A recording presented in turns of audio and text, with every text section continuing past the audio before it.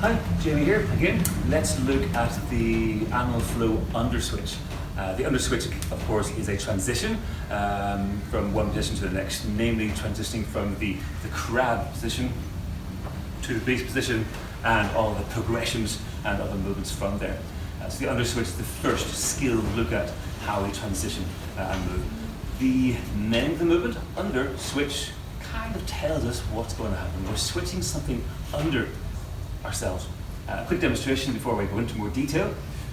If I'm transitioning from the crab to the beast, I'm doing, in this case, my left leg under switch, and then I return.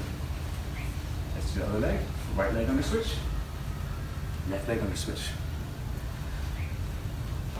The leg is going under. It's not an over switch, so some people might find themselves doing that kind of movement. It's not very pretty looking, it's not very practical looking. Don't do it. The underswitch is the movement we're going for. It feels quite intuitive once you really get into it. I shall face you to do a underswitch, left leg underswitch into beast from crab. Let's break it down very, very slowly. So I'm setting my crab. I'm going to do a left leg underswitch. So I take the leg off the floor, but note how this heel also comes off the floor. So I can push the gas on, put the pressure on with my right ball of the foot. So left leg underswitch, leg comes up, heel comes up, the leg's under, the leg moves simultaneously as the opposite hand comes off the floor. I keep on putting the gas on, but my foot is vertical on the right, my left foot goes down. I go back the way I came, so left leg underswitch, heels up, pushing through the ball of the foot, other foot and hand go on the floor. It's a good habit to watch your foot that you're putting the gas on. If I change legs, so right leg underswitch, setting crab, I put the gas on the left foot, my left hand, right leg begin to move underneath me, into the beast, return to the right leg underswitch, there we go.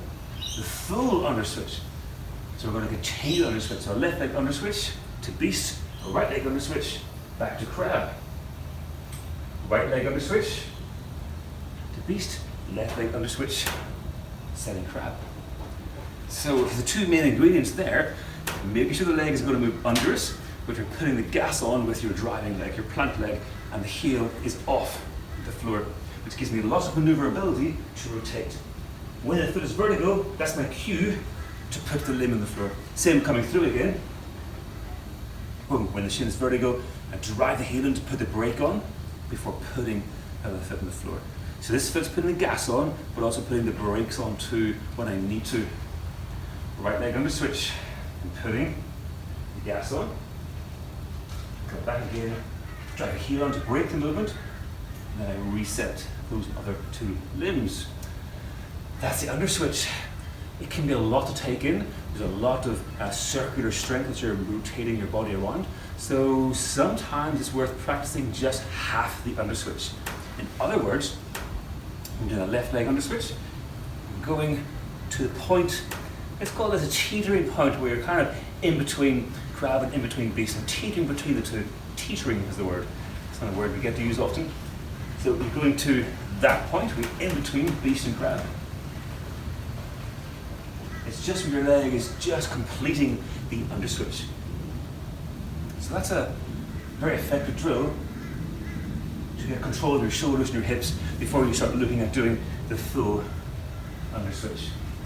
There are lots of other underswitch progressions that we'll look at some other time. But to begin with, just practice that underswitch. Not to the point of fatigue, like your beast, your crab, and your ape, just enough to feel you're getting the technique. And break it up between doing some crabs and setting beasts and setting ape as well.